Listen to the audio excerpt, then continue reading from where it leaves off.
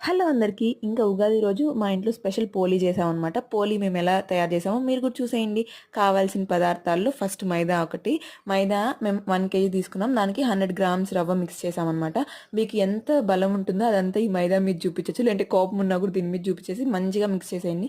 మనం మైదా ఎంత బాగా మిక్స్ చేస్తామో అంత బాగా పోలీలు వస్తాయన్నమాట. ఆ మైదా మొత్తం ఫుల్ కవర్ అయ్యేటట్టు ఆయిల్ పోసి 1 అవర్ అట్లా నానబెట్టాలి. అది నానేలోపు మనం పచ్చనిపప్పు అయితే పచ్చనిపప్పు, కందిపప్పుతో చేసుకోవాలంటే కందిపప్పు. మేమైతే కందిపప్పుతో చేసామన్నమాట. కందిపప్పు కూడా 1 కేజీ తీసుకొని బాగా నానబెట్టేసి ఉడకబెట్టుకొని మనం ఎంత కందిపప్పు తీసుకుంటామో అంతే జాగరీ పడుతుందన్నమాట బెల్లము.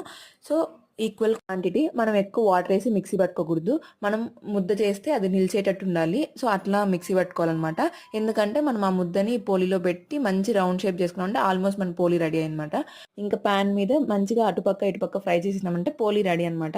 సూపర్ వచ్చింది మాకైతే. మీరు కూడా ట్రై చేసి ఎలా ఉందో మర్చిపోకుండా కామెంట్ చేసేయండి.